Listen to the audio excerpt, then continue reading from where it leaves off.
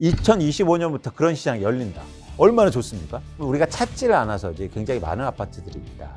구체적인 계획을 세우면 이제 현실이 보이는 거죠. 그 언제를 파악하기 위해서 이렇게 정량적인 지표로 파악하기 시작하면 여러분들이 굉장히 현명한 내 집 마련을 하실 수 있다. 우리 구독자분들은 네. 하나하나 이게 짚어주기를 또 원하세요. 그래서 만약에 내가 10억짜리를 좀 사고 싶어. 좀 비싸지만 그래도 막 다 이렇게 탈탈탈 모아가지고 대출도 좀 하고 10억짜리를 만약에 산다. 어디 사야 되죠? 그러니까 이거 제가 오늘 이제 다 얘기 드리려고 왔으니까 네, 감사합니다. 다 상세하게 알려드릴게요. 이거 3부에서 알려주시는 건가요? 아니, 돈 받고 알려드리는 건데. 돈 받고, 네. 돈 받고 알려드리는 건데 잘 따라와 보세요. 네네. 일단은 예산을 우선 선정하는 게 중요해요. 그래서 여러분들이 순자산이 있을 거 아니에요. 네. 그러면은 아파트를 사실 때 순자산으로 사는 거는 사실은 좀 어리석은 행동이죠. 레버리지가 필요합니다. 네. 그러니까 부동산을 사는데 대출을 일으키는 게 나쁜 게 아니에요. 대출을 일으켜서 비싼 걸 사니까 문제인 거죠. 대출을 일으켜서 싸게 사면 박수 쳐줘야 돼. 그래서 대출이 필요합니다. 순자산의 80%를 대출한다. 이거 원칙이에요. 내 돈이 예를 들어서 신혼부부인데 열심히 둘이 모아서 5년 동안 4억 원을 저축했어요. 그럼 80%면 얼마입니까? 48에 3억 2천. 그러면 7억 2천이 예산이에요. 자, 7억 2천이 내가 이제는 아파트 살 수 있는 최대 금액이에요. 그러면 평균 제가 볼 때 가능성 20-30% 하락할 수가 있거든요. 그러면 지금 예를 들어서 10억 원에 거래되는 걸 찾아요. 그래서 가격으로 소트하는 거예요. 가격으로 분류하는 거예요. 서울의 아파트를 사고 싶으면 10억 원에 지금 거래되는 걸 찾아. 네. 그 중에서 자, 조건이 필요합니다. 그 중에서 500세대 이상의 대단지. 500세대. 그리고 거래 회전율이 높을 것. 1년 동안. 그리고 전월세 비율이 높을 것. 투자로 많이 갖고 있는. 자산 시장을 볼 때 가장 좋은 건 잘하는 사람 따라하는 거예요. 그러면 투자로 누군가 많이 갖고 있다는 건 그만큼 변동성도 크지만 좋다는 거거든요. 그러면은 거래 회전율 높고 전월세 비율이 높은 거를 또 골라내요. 그래서 그중에 그렇게 한 10개를 마련합니다. 그래서 10개 중에서 이제 30% 떨어지는 게, 즉 내 예산에 들어오는 게 와요. 그 아파트가 거래량이 증가할 때 사는 거예요. 이건 지역과 상관없어요. 지역은 여러분들이 다 개인별로 다르기 때문에 강남의 반포 좋아요. 이게 의미가 있습니까? 누가 몰라요, 그거? 그 대표님 말씀 들어보니까 그 로직으로 딱 만들어가지고 플랫폼에 탑재도 될 수준인데요. 그렇죠. 이런 건 네. 제가 라이센스 갖고 있는 거예요. 아무도 얘기 안 하는. 먼저 말씀하시니까 특허권. 근데 여러분 쓰세요. 쓰세요. 정말요? 구독자 여러분 쓰세요.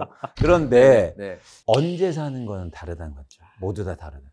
그 언제를 파악하기 위해서 이렇게 정량적인 지표로 파악하기 시작하면 여러분들이 굉장히 현명한 내 집 마련을 하실 수 있다. 숫자는 거짓말하지 않아요. 그런데 예를 들어서 제가 뭐 병푸마가 좋습니다. 그럼 병원에서 1km가 병푸마예요? 500m가 병푸마예요? 아니면 바로 앞에 있으면요. 너무 힘들어요. 앰뷸런스 왔다 갔다 거리고.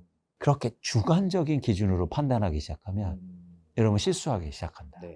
그래서 어디가 좋습니까? 보다도 예산에 맞는 지역을 광범위하게 분석하고 그리고 그런 지역을 리스트를 한 다음에 그런 지역이 변화가 일어날 때 그럼 내 집마다 딱 하면 얼마나 좋습니까?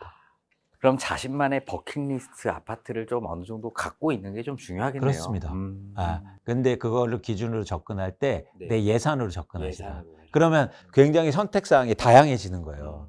아니, 내가 지금 영등포에 살고 있는데 그 안에서만 고민하시려고 그래요. 그러지 마시고 이렇게 하면 범위가 넓어져요. 사실 이게 중요하거든요. 그러면 여러분들이 진짜 좋은 투자, 좋은 내 집 마련하셔서 경제적 부도 이루시고 2025년부터 그런 시장이 열린다. 얼마나 좋습니까? 아니, 제가 집값 떨어진다면요. 세상 너 부정적으로 사지 말래요. 아니, 이게 어떻게 부정적인 거예요? 저 굉장히 희망적인 사람이에요. 그러니까 저는 세상의 희망은 뭐냐면 변화에서 오는 거 아닙니까? 오르던 것도 떨어질 수 있고 떨어지면 오르고 여러분들이 이런 희망을 가지셨으면 좋겠다. 라는 말씀을 꼭 드립니다. 감사합니다. 자, 그럼 혹시 내년도 부동산 시장을 그래도 좀 좌지우지할 만한 이런 변수나 키워드 혹시 있을까요? 뭐 단연 정부 정책이겠죠. 정책. 특히 정부 정책이 또 급변하게 되면 일시적으로 변화를 일으킬 수는 있는데 저는 그것도 단기적인 변화라고 생각해요. 그래서 그 단기적 변화를 어떻게 해석하느냐가 상당히 중요해 보이고, 그런 측면에서 이제는 단기적으로는 정책의 영향이 역시나 한국에서는 이제 클 것 같고요. 또 하나는 이제는 시장의 본질적으로 변화의 방향성을 이끄는 건 사실 매도 물량이 될 겁니다. 매도 물량. 집을 갖고 있는 사람들이 어떻게 판단할 거냐. 그러면 정책이 좀 부동산 시장을 안정화시켜야 되겠다, 좀 떨어뜨려야 되겠다라고 하면 좀 갖고 있는 다주택자들이 좀 내놓게 이렇게 좀 그렇죠. 이렇게 압박을 하는 게 그렇죠. 중요하겠네요. 그렇죠. 그렇죠. 그래서 예를 들면 1년 동안 양도세 면제, 대신 1년 후에는 양도세 50%. 이러면 어떻게 될까요? 그러면 집값은 바로 떨어집니다.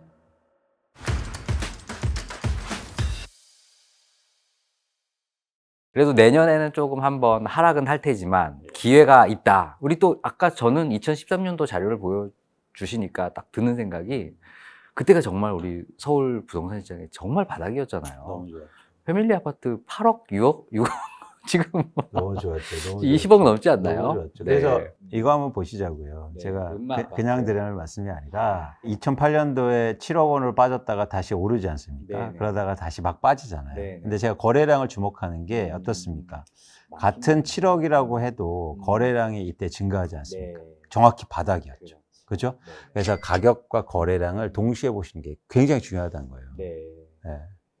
그러면 지금 저희 이제 2009년도 저 동그라미 친 부분, 뭐 강남의 아파트들은 저 지점일 것 같은데, 맞습니다. 네. 저게 어. 저 밑으로 안 떨어지면 어떻게 해요? 뭐 어쩔 수 없는 거죠.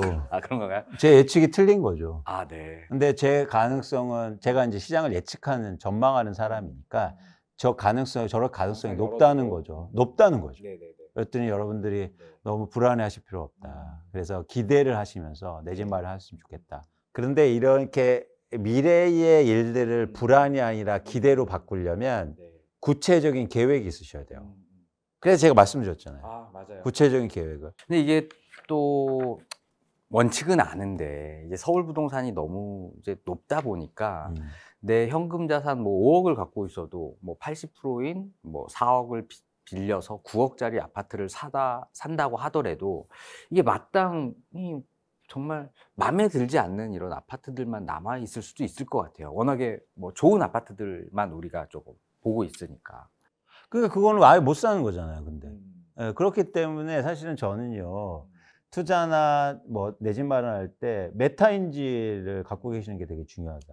그러니까 뭐냐면, 솔직히 말하면 자신을 파악을 잘 해야죠. 맨날 강남의 신축 아파트 가격이 어떻게 올랐지? 60억 원이 됐대. 이런 얘기 할 필요가 있습니까? 저 그러면 대표님, 만약에 내가 예산이 좀 부족해요. 예를 들어서 한 2억이 있다. 그러면 2억이면 뭐 1억 6천 빌려서 한 3억 6천인데, 그러면 뭐 일단 서울의 아파트는 좀 부족하잖아요. 아닙니다. 가는데. 있어요. 있어요? 그럼요. 그러면 하락한다고 볼 때 지금 5억인 아파트잖아요. 5억이 30% 하락하면 3억 5천이니까. 그렇죠. 그런 아파트 굉장히 많습니다. 아니면 뭐 약간 입지 좋은 빌라 다세대를 그 가격에 매입하는 건 어때요? 그러셔도 되고요. 그것도 괜찮아요. 네, 그래서 가격으로 일단 접근하시는데 가능성은 언제든지 열려 있다.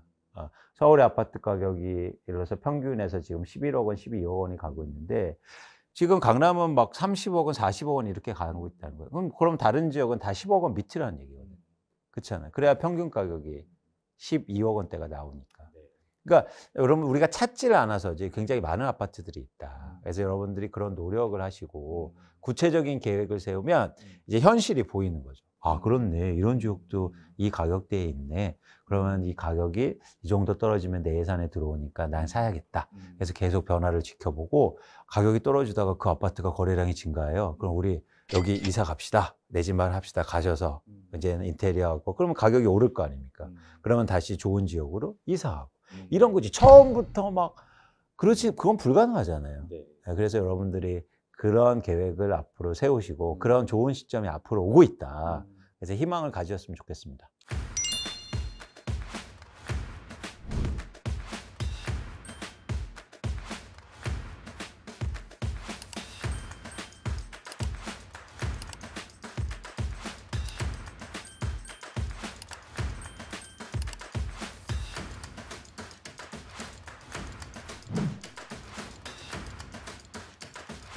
자, 뭐 최근 좀 큰 이벤트로 이제 미국 대선이 좀 있었어요. 트럼프 이제 당선인 이제 내년 1월부터 이제 취임을 할 예정인데요. 우리나라에 미친 영향은 좀 어떨까요?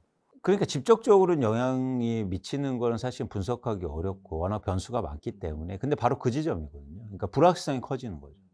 그래서 예를 들어서 수요 감소가 특히 투자 수요 감소가 이어질 수 있다고 좀 판단하고 있습니다. 그래서 이제 투자자들이 가장 두려워하는 건 손실이 아니라 불확실성이거든요. 그래서 이런 어떤 정치적인 뭐 혼동기, 혼란기가 불확실성으로 이어지고 뭐 국내도 마찬가지입니다. 그렇게 되면 자연스럽게 투자를 위축시키는 그런 역할을 하게 되지 않을까? 그래서 그 정도의 영향으로 이제 판단하고 있습니다. 그리고 또 하나 뭐냐면 그런 미래에 내가 예측 범위에 훨씬 넘어가는 걸 예측하려고 하지 마시라. 예를 들어서 막 내 집 마련 계획하는데 환율을 전망하고 계세요. 아니 하지 마시라. 의미가 없다. 미국의 기준금리, 환율, 막 미국의 정책, 막 이런 것까지 고민하기 시작하면요 아무것도 못해요. 그래서 여러분 내가 관심 있고 내가 영향을 미치는 거에 중요도 차원에서 고르셔서 그것만 보셨으면 좋겠다. 그래야 의사결정이 신속하게 이루어지거든요. 그래서 너무 내가 예측할 수 없는 것마저 예측하려고 그러면 사실 훨씬 더 행동이 안 되는 거죠. 그래서 한국 주식이 부진한 이유 명확하게 한국 사람들이 안 사서다. 근데 저는 임박해 왔다고 봐요. 2025년도에는 한국 주식시장을 상당히 좋게 보고 있고. 어느 섹터 좀 보세요? 아유 죄송합니다. 왜냐하면 수출의 불확실성이 커져 있기 때문에